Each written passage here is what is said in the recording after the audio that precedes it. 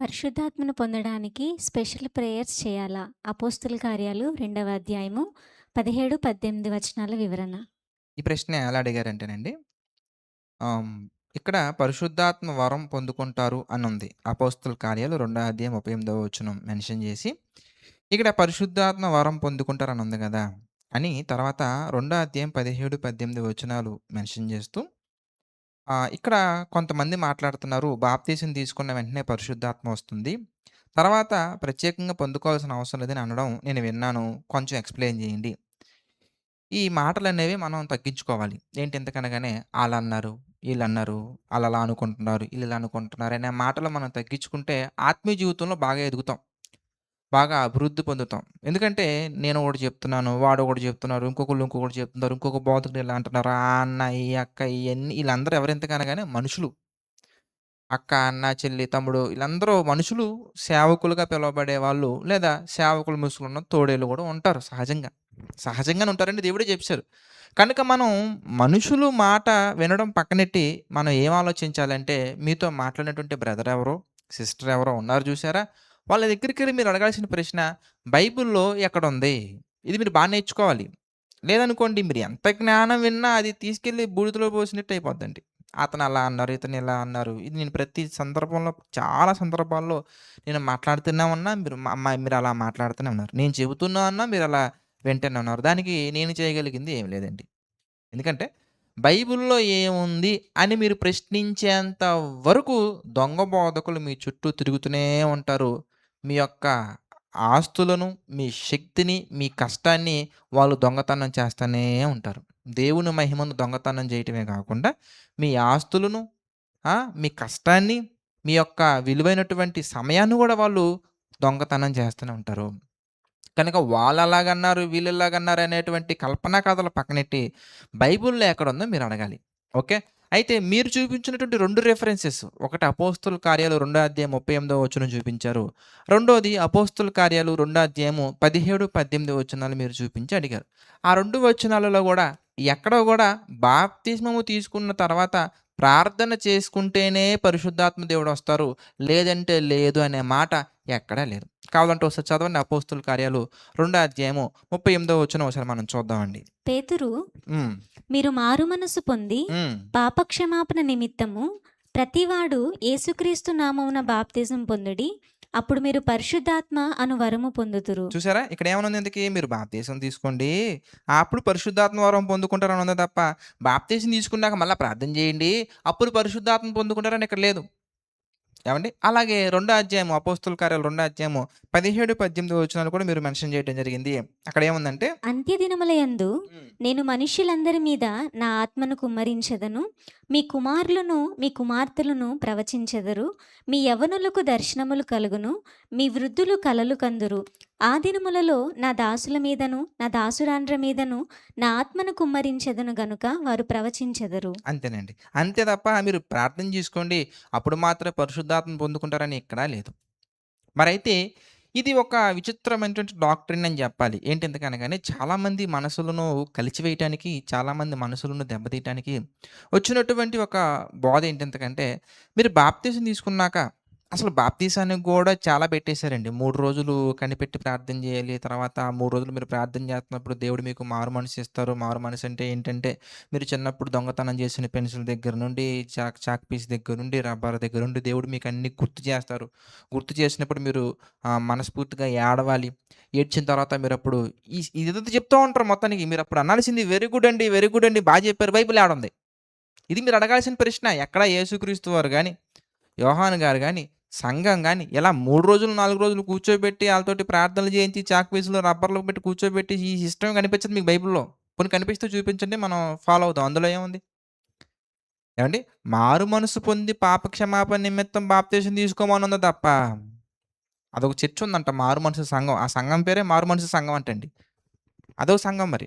ఏవండీ ఆళ్ళంట కూర్చొని 3 వారం, వారం ఏదో చేస్తా ఉంటారంట. ప్రతి వారం, నెలకొకసారి మళ్ళీ ఏవో చేస్తా ఉంటారంట. ఇదంతా ఏంటి ఎందుకని బైబిల్‌లో ఏడుంది? అంతా బానే చెప్తున్నారు. వినటానికి బానే ఉంది. చమత్కార కథలు, కల్పనా కథలు బానే ఉంది. బైబిల్‌లో ఎక్కడుంది? చూసారా? ఇప్పుడు బాప్తీసం తీసుకున్నాక వెంటనే పరిశుద్ధాత్మ రాదు. పరిశుద్ధాత్మ రావాలంటే మీరు మరలా కనిపెట్టి ప్రార్థన చేయాలి. లేదా ఇంకొక ప్రార్థన చేయాలి. ఇంకో ఏదో ప్రార్థన ఇంక రకరకాల పేర్లు ఉంటాయండి. కనిపెట్టి ప్రార్థన అని, ఇంకో తర్వాత కనిపెట్టకుండా ఉండే ప్రార్థన అని, కూర్చునే ప్రార్థన అని, గొలుసు ప్రార్థన అని. ఈ పదాలు బైబిల్‌లో ఎక్కడున్నాయి మీరు అడగాలి. ఎవరు ఏం మాట్లాడుతున్నా మీరు వెంటనే అడగాల్సినటువంటి ప్రశ్న ఏంటంటే బైబిల్‌లో ఎక్కడుంది? అప్పుడు మీకు క్లారిటీ వస్తది. అప్పుడు వాళ్ళు మాట్లాడడానికి వాళ్ళు వెనకడుగేస్తారు. వాళ్ళు ఆగిపోతారు. ఎందుకంటే ఎవరు బైబిల్‌లో ఏడుందని చూసి, చక్కగా పరీక్షించి, వాక్యాన్ని పరిశోధించి, చక్కగా తెలుసుకుందామనే ఆలోచన చాలా మందిలో తక్కువైపోయిందండి. ఈ కాలంలో మీరు అలా ఆలోచించాలి.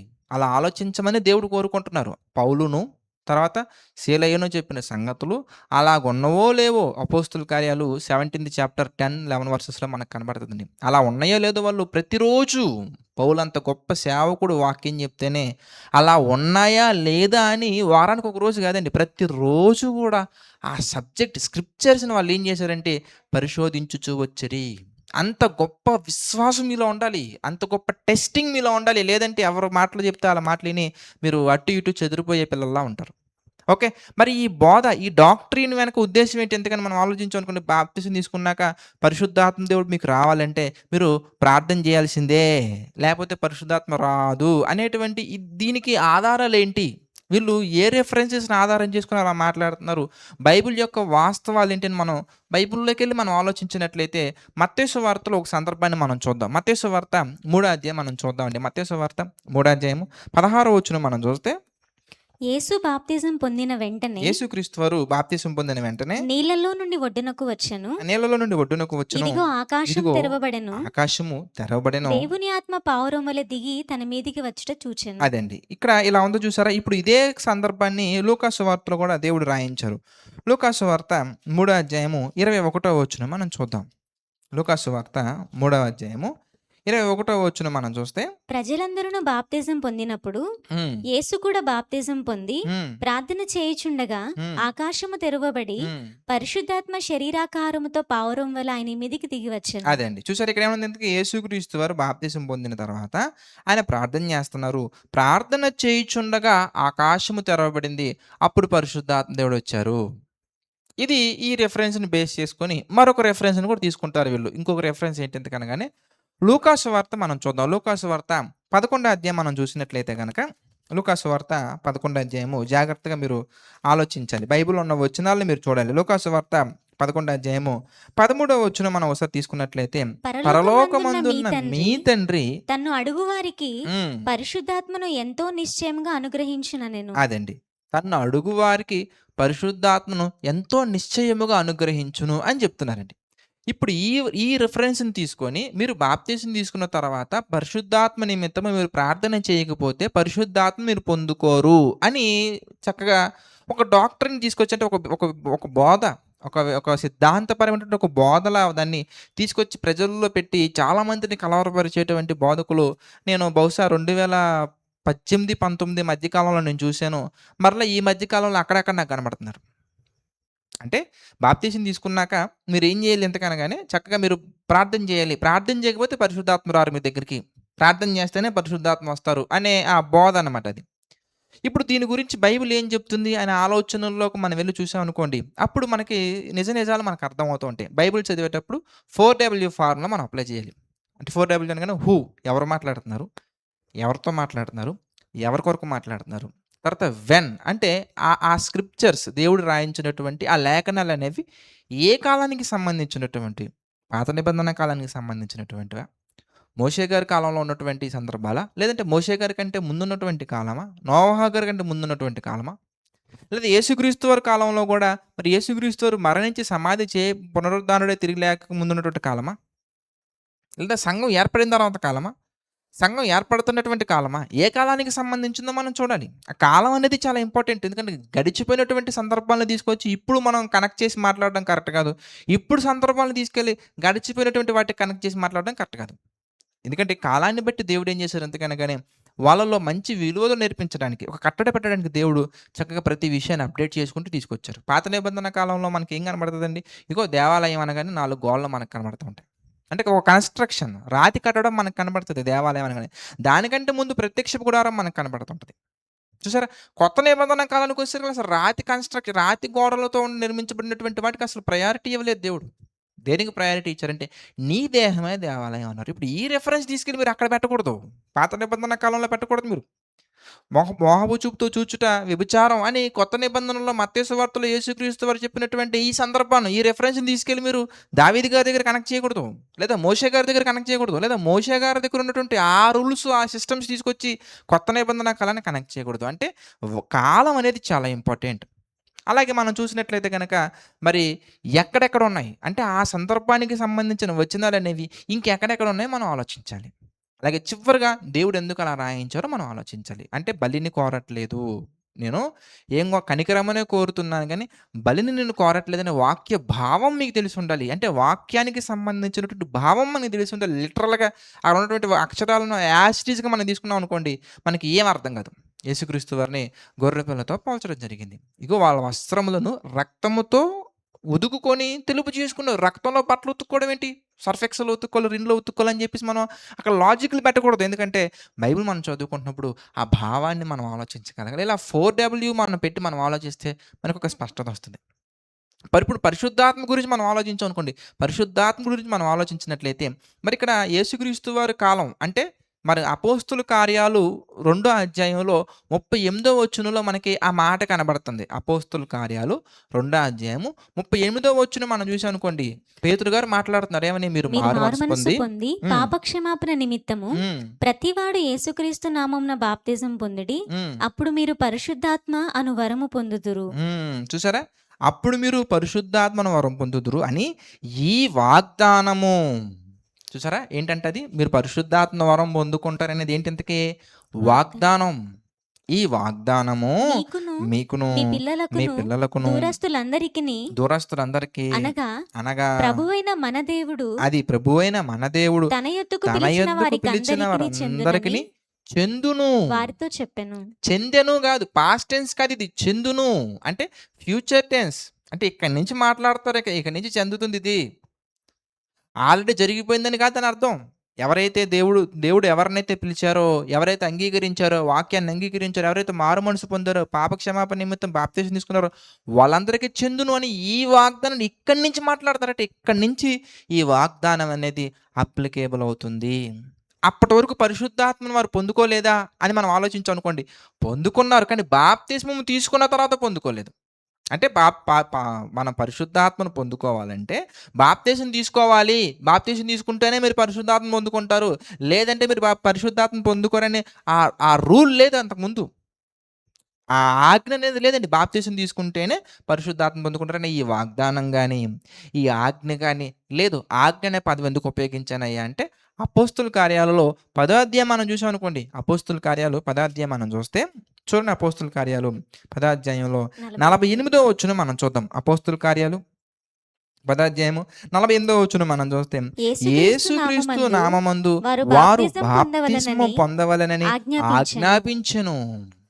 ఇక్కడ నుండి ఆజ్ఞ అయిందండి. అంటే ఈ కాలంలో అంటే యేసుక్రీస్తు వారు మరి పరలోకానికి వెళ్ళిన తర్వాత మరణించి సమాధి చేయబడి పునరుద్ధానుడై తిరిగి లేచిన తర్వాత శిష్యులకు కొన్ని దినాలు కనబడిన తర్వాత పరలోకానికి వెళ్ళిన తర్వాత పెంతుకొస్తున్న పండుగ దినం రోజున అనగా అపోస్తుల కార్యాలు 2వ అధ్యాయం ప్రారంభంలో పరిశుద్ధాత్మ దేవుడు భూమి మీదకి వచ్చిన తర్వాత పేతురు గారి ప్రసంగం తర్వాత చూడండి, ఎంత కాలం మీరు బాగా ఐడెంటిఫై చేయాలి. కాలాన్ని మీరు గుర్తించగలగాలి. ఇప్పుడు ఈ అపోస్తుల కార్యాలు 2వ అధ్యాయం 38వ వచనంలో మాట్లాడుతున్న సందర్భం గాని, 10వ అధ్యాయంలో మాట్లాడిన సందర్భాలు గాని ఎప్పటివి ఇంతకీ? ఇది పాత నిబంధన కాలానివి కాదు. యేసుక్రీస్తు వారు ఈ భూమి మీద ఉన్నప్పుడు కాలానివి కాదు. ఆయన సువార్త ప్రకటించిన తర్వాత మనందరి నిమిత్తం, మనందరి పాపముల నిమిత్తం, మనందరి పాపములను క్షమించడానికి, తొలగించడానికి, మనల్ని పాపము నుండి విమోచించడానికి, మనల్ని అపరాధముల చేత పాపముల చేత తెచ్చిన మనల్ని బ్రతికించడానికి ఆయన శిలువ మీద యాగం చేసిన తర్వాత, తన ప్రాణాన్ని కోల్పోయిన తర్వాత, మరణించిన తర్వాత, సమాధి చేయబడి పునరుద్ధానుడి తిరిగి లేచిన తర్వాత, శిష్యులతో మాట్లాడిన తర్వాత, శిష్యులు కనపరిచిన తర్వాత, శిష్యులను బలపరిచిన తర్వాత, వాళ్ళ హృదయాలను తెరిచిన తర్వాత పరలోకానికి ఆరోహణమయ్యారు. ఆయన పరలోకానికి వెళ్ళిన తర్వాత పరిశుద్ధాత్మ దేవుడు అపోస్తుల కార్యాలు 2వ అధ్యాయంలో ఈ భూమి మీదకి రావడం జరిగింది. వచ్చిన తర్వాత పేతురు గారి ప్రసంగం జరిగింది. ఆ ప్రసంగం తర్వాత 38వ వచనంలో మరి బాప్తిసం పొందాలని ఒక విషయం చెప్పిన తర్వాత వాగ్దానం గురించి మాట్లాడడం జరిగింది. అక్కడ నుండి మాత్రమే బాప్తిస్మం తీసుకున్నాక పరిశుద్ధాత్మ దేవుడు అందరికీ రావడం ప్రారంభించబడింది. ఒకసారి మరలా చదవండి. 38వ వచనం అపోస్తలుల కార్యాలు 2వ అధ్యాయం 38వ వచనం మనం ఒకసారి మీరు చూసినట్లయితే గనుక, మారు మనస్సు పొంది మీరు మారు మనసు పొంది పాపక్షమాపణ పాప నిమిత్తము క్షమాపణ నిమిత్తము ప్రతివాడు ప్రతివాడు యేసుక్రీస్తు నామమున యేసుక్రీస్తు బాప్తిసం నామమున పొందుడి. బాప్తిసం పొందండి, అప్పుడు మీరు అప్పుడు పరిశుద్ధాత్మను వరము మీరు పొందుదురు. పొందుదురు. ఈ ఈ వాగ్దానం వాగ్దానము ఏ వాగ్దానం 38వ వచనంలో మనం చదువుకున్నాం చూసారా? ఏంటి? మీరు మారు మనసు పొంది పాప క్షమాపణ నిమిత్తం ప్రతివాడు యేసుక్రీస్తు నామమున బాప్తిసం పొందండి, అప్పుడు మీరు పరిశుద్ధాత్మ పొందుకుంటారనేటువంటి ఈ వాగ్దానము మీకును మీకు మీ మీ పిల్లలకును పిల్లలకు దూరస్తులందరికీ దూరస్తులందరికీ అనగా అనగా ప్రభువైన మన ప్రభువైన దేవుడు మన దేవుడు తన యొద్దకు పిలిచిన తన యొద్దకు వారికి పిలిచిన చెందునని వారందరికీ చెందునని వారితో వారితో చెప్పాను. చెప్పాను. మరి అంతకుముందు నో, అంతకుముందు ఈ వాగ్దానం లేదు. అంతకుముందు ఈ వాగ్దానం లేదు. మరి పరిశుద్ధాత్మ దేవుడు మరి యేసుక్రీస్తు వారి దగ్గరికి ఎలా వచ్చారు అనే ప్రశ్న మీకు రావచ్చు. అలాగే పరిశుద్ధాత్మ దేవుడు మరి మిగిలినటువంటి వాళ్ళ దగ్గరికి పాత నిబంధన కాలంలో మనం చూడొచ్చండి. ఉదాహరణకి కీర్తనల గ్రంథం ఒకసారి మనం చూద్దాం. 51వ కీర్తన మనం గమనించినట్లయితే గనక 51వ కీర్తన 11 మనం చూద్దామండి. 51వ కీర్తన 11 మనం చూస్తే 51వ కీర్తన 11 మనం చూద్దాం. నీ సన్నిధిలో నుండి నీ సన్నిధిలో నుండి నన్ను నన్ను త్రోసివేయకుము, త్రోసివేయకము, నీ నీ పరిశుద్ధాత్మను పరిశుద్ధాత్మను నా యొద్ద నుండి నా యొద్ద నుండి తీసివేయకుము. తీసివేయకము. చూసారా? మరి ఈయన దగ్గరికి ఎలా వచ్చింది? మరి ఈ కీర్తన రాసినటువంటి కీర్తనకారుడైనటువంటి మరి దావీదు గారు ఉన్నారు చూసారా? మరి దావీదు గారి దగ్గరికి పరిశుద్ధాత్మ ఎలా వచ్చారు? దావీదు గారు ఏమన్నా మరి బాప్తిసం తీసుకున్నారా? దావీదు గారు ఏమన్నా మరి పాపక్షమాపణ నిమిత్తం క్రీస్తు రక్తంలో కడగబడి బాప్తిసం తీసుకున్నారా? నో నో నో, అట్లా పెట్టకూడదండి. ఎందుకంటే అప్పటి కాలంలో సిస్టమ్ వేరు.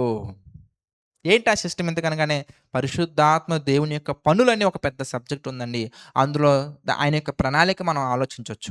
అయితే మీకు అర్థం అవటం కోసం ఒక 2 ఎగ్జాంపుల్స్ చెప్తా. మరి బాగా ఆలోచించారనుకోండి, 2వ పేతురు పత్రికలో ఒక పని మనకి ఈజీగా అర్థం అవటం కోసం ఒక పని మనకు కనబడుతుంది. పేతురు గారు రాసిన 2వ పత్రిక 1వ అధ్యాయము 20, 21 వచనాలు మనం చూద్దాం. లేఖనాలు అనేవి ఎలా రాయబడ్డాయి, లేఖనాలు రాసినటువంటి వారు ఎవరెంతకి అని మనం ఆలోచించాం అనుకోండి, ఎలా రాయబడ్డాయి మీరు చూడండి. ఒకడు తన ఊహను బట్టి చెప్పుట 2వ వలన పేతురు పత్రిక 1, 20, 21 వచనాలు. ఒకడు తన ఊహను బట్టి చెప్పుట వలన లేఖనములో ఏ ప్రవచనమును పుట్టదని ఏ ప్రవచనమును పుట్టదని మొదట మొదట గ్రహించుకొనవలెను. తెలుసుకోవాలి. ఏలయనగా ప్రవచనము ప్రవచనం ఎప్పుడును ఎప్పుడు కూడా మనిషిని ఇచ్చను బట్టి కలుగలేదు కానీ కాదండి, మనిషిని యొక్క కోరికను బట్టి కలగాలి. అది మోషేగా రావచ్చు, ఏషియాగా రావచ్చు, ఇర్మియాగా రావచ్చు, ఎహెజ్కేలుగా రావచ్చు, ఏమండి దానియేలుగా రావచ్చు. వాళ్ళ యొక్క ఇచ్చ అనగా వాళ్ళ యొక్క కోరికను బట్టి కలగలేదులే గాని మనుషులు అనగా పరిశుద్ధాత్మ వలన ప్రేరేపింపబడిన వారై మనుషులు అనగా ఈ మోషే గారు, ఇర్మియా గారు, దావీదు గారు, వీళ్ళందరూ కూడా పరిశుద్ధాత్మను వలన ప్రేరేపింపబడిన వారే దేవుని దేవుని మూలముగా మూలముగా పలికిరి. పలికిరి. అంటే వాళ్ళు లేఖనాలు రాయడానికి ఎవరి యొక్క ఇన్వాల్వ్మెంట్ ఉంది ఇక్కడ? పరిశుద్ధాత్మ యొక్క ఇన్వాల్వ్మెంట్ ఉంది.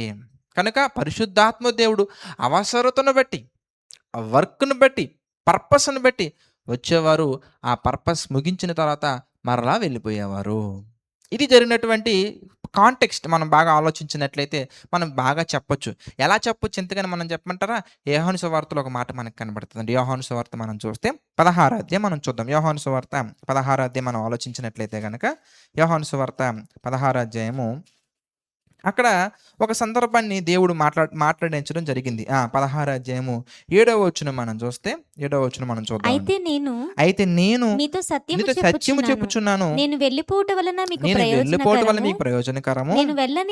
నేను వెళ్ళని ఎడల ఆదరణకర్త మీ యొద్దకు రాడు. ఆదరణకర్త మీ యొద్దకు రాడు. నేను వెళ్ళిన నేను ఎడల వెళ్ళిన ఎడల ఆయనను మీ యొద్దకు ఆయనను పంపుదును. మీ యొద్దకు పంపుదును.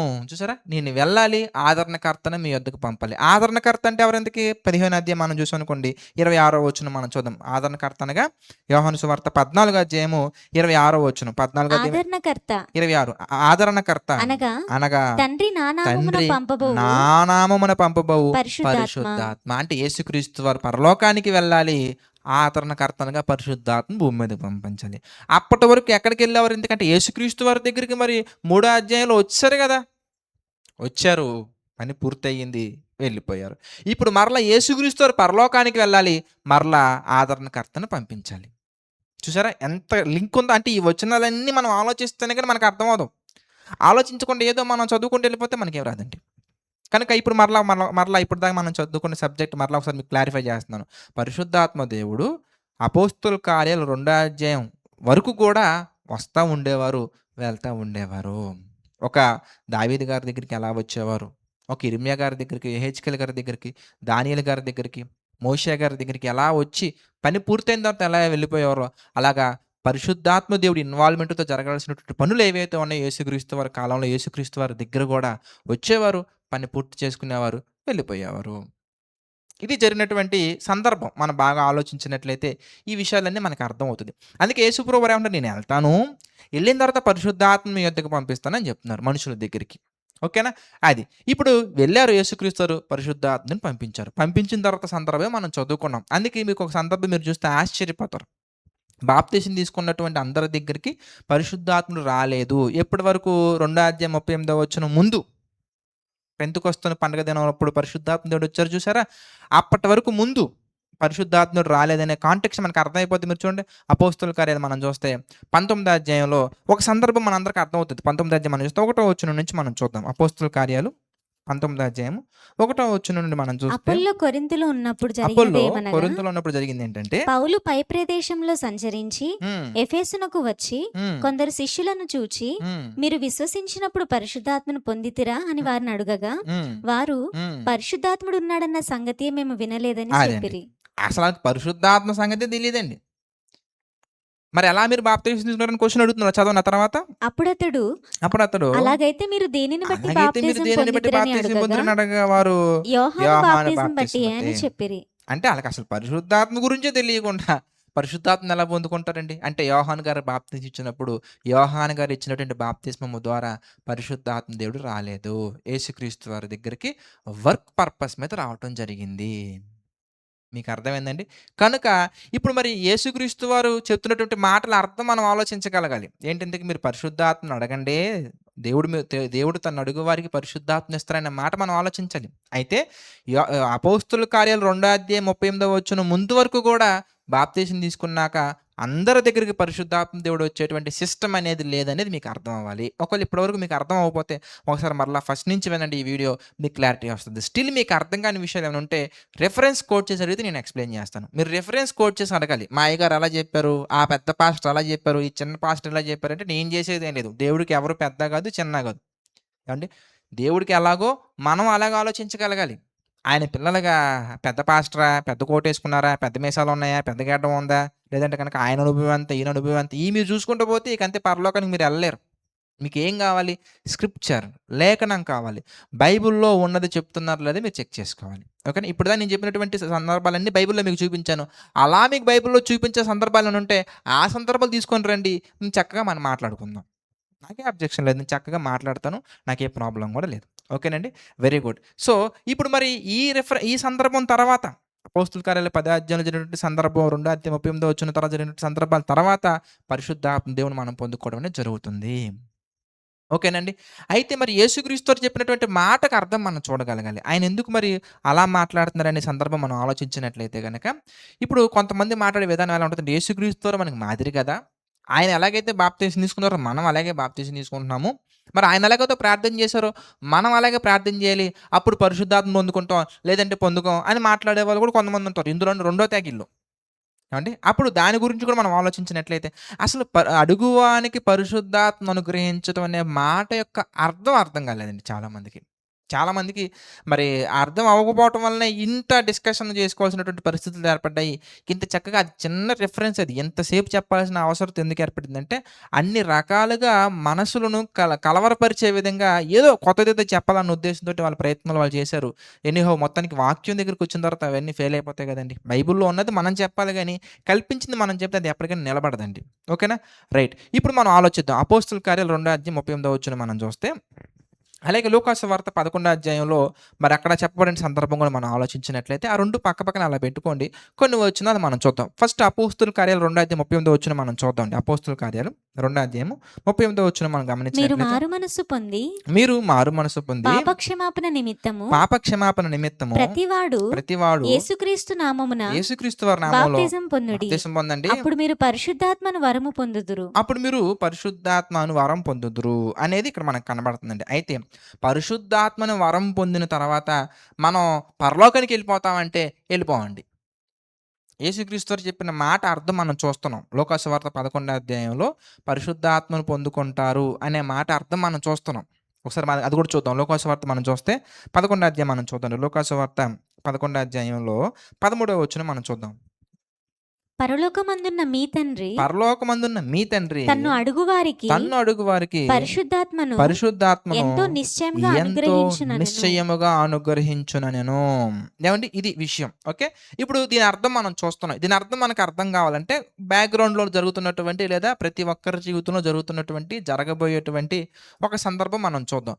పరిశుద్ధాత్మ దేవుణ్ణి మనం పొందుకున్న వెంటనే వరంగా ఎప్పుడైతే మనం మారు మనసు పొంది పాప క్షమాపణ నిమిత్తం బాప్తిజం తీసుకుంటామో, తీసుకున్నప్పుడు మనం పరిశుద్ధాత్మ పొందుకుంటామని అక్కడ రాశారు దేవుడు. అక్కడ రాయించారు. కావాలంటే ఎఫెసీయులకు రాసిన పత్రిక మనం చూద్దాం. ఒకటో అధ్యాయం మనం చూస్తే ఈ మధ్యలో ప్రార్థన అనే కాన్సెప్ట్ ఎక్కడి నుంచి ఇరికిచ్చారో భలే బలంగా ఇరికించారు గానీ, ఎక్కడ మనకు ఆ పదం కనిపించదండి. ఎఫెసీయులకు రాసిన పత్రిక మనం చూస్తే ఒకటో అధ్యాయం మనం చూద్దాం. ఎఫెసీ పత్రిక ఒకటో అధ్యాయము 13వ వచనం ఒకసారి మనం చూద్దాం. 13వ వచనం. మీరును సత్యవాక్యమును అనగా అనగా మీ రక్షణ మీ సువార్తను రక్షణ విని సువార్తను విని క్రీస్తునందు విశ్వాసముంచి వాగ్దానము చేయబడిన ఆత్మచేత ముద్రింపబడితిరి. అంతేనండి. చూసారా? మీరు వాక్యాన్ని విని యేసుక్రీస్తునందు విశ్వాసం ఉంచి ఆ తర్వాత పరిశుద్ధాత్మ చేత ముద్రించబడ్డారు.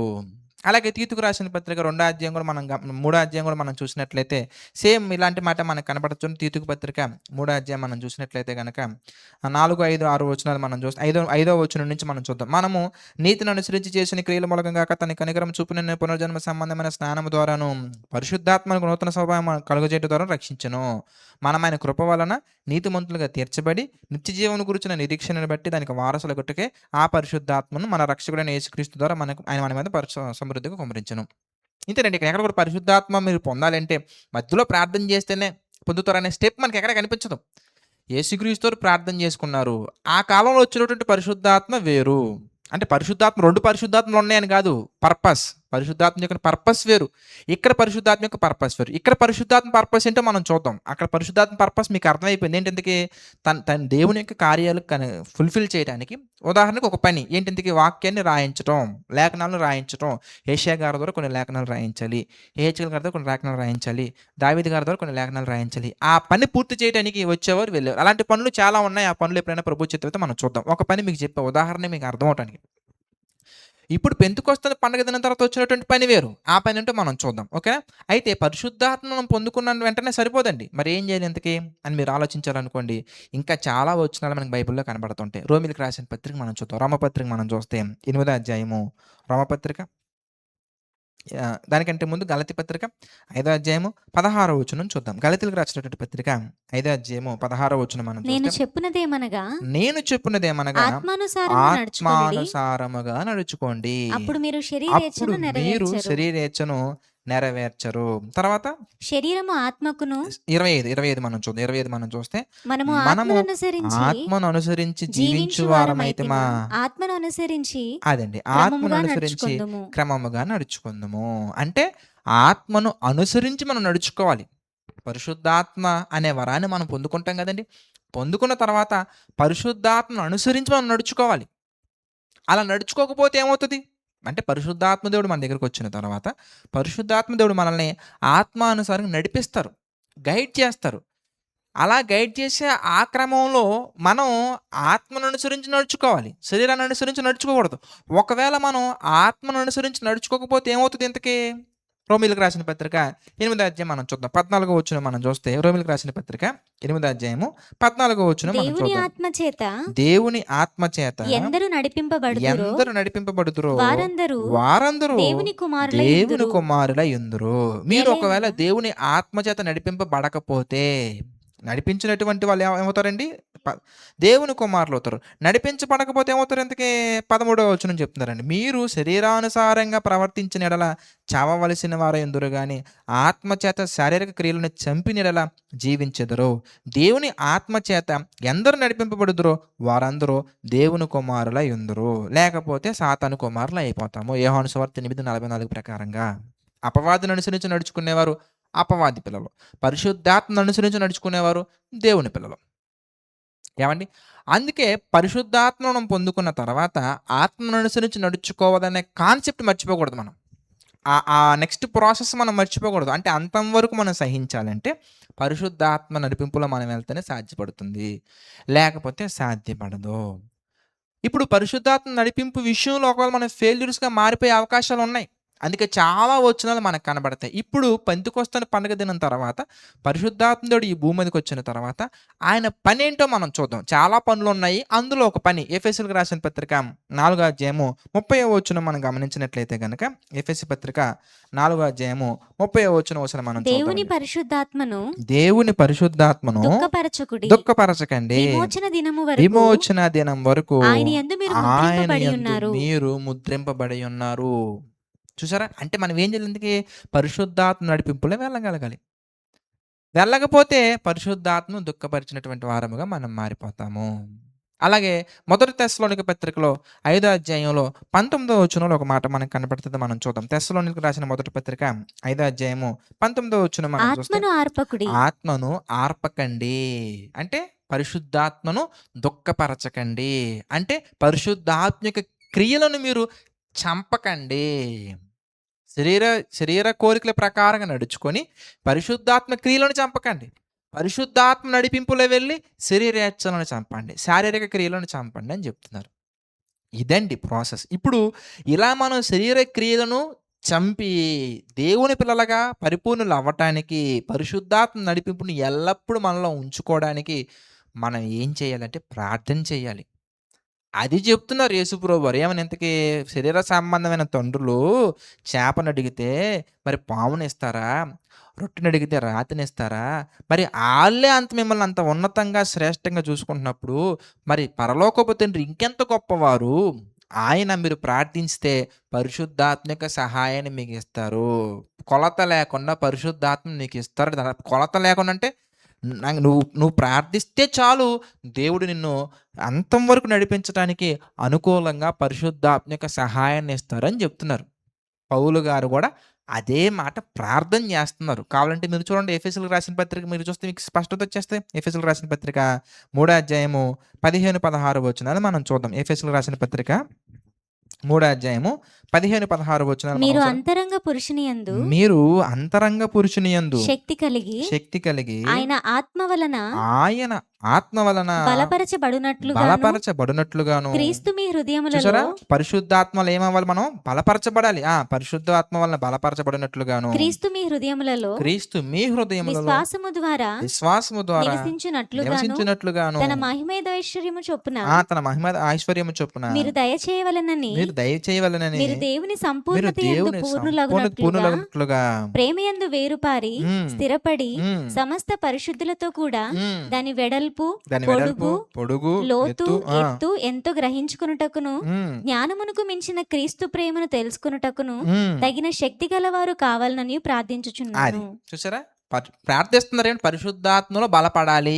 పరి పరి పరిశుద్ధతలో పరిపూర్ణులు అవ్వాలని, దానికి మీరు తగిన శక్తి కావాలని, జ్ఞానానికి మించిన క్రీస్తు ప్రేమను మీరు అర్థం చేసుకోవాలని, ఇట్లన్నిట్లో పరిశుద్ధాత్మ నడిపింపు ఉందండి. అందుకే మీకోసం ప్రార్థన చేస్తాను. ఆల్రెడీ పరిశుద్ధాత్మ ఉందిగా, మళ్ళీ పరిశుద్ధాత్మలో బలపరచబడటం ఏంటి అనగానే పరిశుద్ధాత్మ దేవుడు ఉన్నారు మన దగ్గరే. కానీ ఆ ఆత్మానుసారంగా మనం నడుచుకోవాలంటే పరిశుద్ధాత్మ యొక్క నడిపింపులో మనం వెళ్ళగలిగే విధంగా ఆయన మనకు నేర్పించే లోతైన పాఠాలు మనం గ్రహించే విధంగా జీవితంలో ముందుకు సాగాలని ప్రార్థన చేస్తున్నా అని చెప్తున్నారండి. రోమిలకు రాసిన పత్రిక 15వ అధ్యాయం మనం చూద్దాం. రోమపత్రిక 15వ అధ్యాయము 13వ వచనం మనం ఒకసారి గమనించినట్లయితే రోమపత్రిక 15వ అధ్యాయం 13వ వచనం. కాగా మీరు పరిశుద్ధాత్మ శక్తి పొంది మీరు ఆల్రెడీ మీ సంఘం అంటే పరిశుద్ధాత్మ పొందుకున్నోళ్ళేగా. మరలా పరిశుద్ధాత్మ శక్తిని పొందుకోవడం ఏంటంటే పరిశుద్ధాత్మ శక్తిని పొంది విస్తారముగా నిరీక్షణ గలవారగుటకు నిరీక్షణకర్తయగు దేవుడు విశ్వాసము ద్వారా సమస్త ఆనందముతో సమాధానముతో మిమ్మును నింపునుగాక. పర్పస్ ఇందాక మనం చూసాం. పరిపూర్ణులు అవ్వాలి మనం. ఆయన నడిపింపులో మనం వెళ్ళగలగాలి. అంతం వరకు ఆయన నడిపింపులో నడిపింపబడి ఆయన కుమారులుగానే మనం ఈ భూమిని విడిచిపెట్టాలి. ఇది పర్పస్. ఇంకొక మాట మనం చూద్దాం. చూస్తే కొరింథీయులకు రాసిన రెండో పత్రిక చివరి అధ్యాయం 14వ వచనం చివరి వచనం మనం చూస్తే ప్రభువైన అయిన యేసుక్రీస్తు కృపయు దేవుని ప్రేమయు పరిశుద్ధాత్మ సహవాసము మీ అందరికి తోడైండును గాక. ఆల్రెడీ ఉన్నారు కదా పరిశుద్ధాత్మ మన దగ్గరే. మరలా పరిశుద్ధాత్మ సహవాసం ఏంటి ఎందుకనగానే అది ప్రార్థన ద్వారా మనం పొందుకుంటూ వెళ్ళగలగాలి. ఎల్లప్పుడూ మనం ప్రార్థన చేస్తూ ఉండాలి. ఎప్పుడు ఆయన సహాయాన్ని మనం కోరుకుంటూ ఉండాలి. ఆల్రెడీ ఉన్నారు కంటే దీన్నే గర్వం అంటారు. తండ్రికి అన్నీ తెలుసుగా మళ్ళీ ప్రార్థన చేయాలంటే దీన్నేమంటారు ఇంతకీ వితండవాదం అంటారు. లేదంటే గనుక దీన్నేమంటారు ఇంతకనగానే ఎదురు తిరగటం అంటారు. ఆయనకన్నీ తెలుసు కదా! మళ్ళా ప్రార్థన చేయాలా? ఈ భావం కలిగినటువంటి వాళ్ళు కూడా కొంతమంది ఉన్నారండి. ఎందుకు ప్రార్థన చేయాలి ఆయనకన్నీ తెలుసు కదా! అనేవాళ్ళు. కనుక అది మన విధేయత, ఒబీడియన్స్. ఆయనకి మనం వినయ మనస్సు కలిగి ఆయనను మనం సేవించడం అంటారు దీన్ని. అలా పరిశుద్ధాత్మ శక్తిని మనం కోరుకుంటూ, పరిశుద్ధాత్మ శక్తిని మనం పొందుకుంటూ ప్రతి విషయంలో, ఆరోగ్య విషయంలో, ఆత్మీయత విషయంలో, ఆయన పనుల విషయంలో, వాక్యాన్ని అర్థం చేసుకునే విషయంలో, వాక్యాన్ని బోధించడానికి కావాల్సిన జ్ఞానం విషయంలో, ప్రతి విషయంలో పరిశుద్ధాత్మ శక్తిని మనం పొందుకోవాలి. అలా మీరు పొందుకోవాలంటే తండ్రిని అడగాలి. అలా తండ్రిని అడిగితే కొలత లేకుండా సమృద్ధిగా ఇస్తారని యేసుప్రభు వారు చెప్పిన మాటను అర్థం చేసుకోవడం రాక, తీసుకెళ్ళి ఎంతోమందిని కలవరపరచడానికి మీరు బాప్తిసం తీసుకున్నాక ప్రార్థన చేశారా? పరిశుద్ధాత్మ పొందుకున్నారని మార్చేసారండి దాన్ని. కనుక మరి ఆల్రెడీ సంఘం ఎప్పుడో పరిశుద్ధాత్మ పొందుకున్నారు. రోమపత్రికలో ఉన్నటువంటి రోమా సంఘంలో ఉన్నటువంటి వారు కావచ్చు, ఎఫెసీలో ఉన్నటువంటి వారు కావచ్చు, అలాగే తెస్సలోనికలో ఉన్నటువంటి వారు కావచ్చు. స్టిల్ ఎందుకు ఆ మాటలు రాస్తున్నారంటే పరిశుద్ధాత్మ వరాన్ని మనం పొందుకున్నాం. అనగా పరిశుద్ధాత్మ మనం పొందుకున్నాం కరెక్టే. కానీ ఆయన నడిపింపును కూడా గ్రహించగలగాలి. మన దగ్గర మ్యాథ్స్ టెక్స్ట్ బుక్ ఉందండి. టెక్స్ట్ బుక్ ఉన్నంత మాత్రాన ఫార్ములాస్ మనకొచ్చినట్టు కాదు. ఆ ఫార్ములాస్‌ని అర్థం చేసుకునే జ్ఞానం కావాలి. అలాగే పరిశుద్ధాత్మ నడిపింపుని అర్థం చేసుకునే జ్ఞానం కూడా కావాలి. అది మరలా పరిశుద్ధాత్మ ద్వారానే మనం పొందుకోవాలి. అది మరలా తండ్రికి ప్రార్థన చేసి మనం పొందుకోవాలి. ఆ విషయం అక్కడ చెప్తున్నారు. కనుక ఇదంతా మీకు అర్థమైందని నేను భావిస్తున్నాను. ఇందులో మీకు అర్థం కాని విషయాలు ఏమైనా ఉన్నట్టయితే గనక తప్పకుండా మీరు కామెంట్ చేసినా, లేదంటే గనక మాకు వాట్సాప్ చేసినా నేను మరలా ప్రభువు కృపను బట్టి చక్కగా వీలు చూసుకొని మీ ప్రశ్నకు సమాధానం చెప్తాను. Next question please.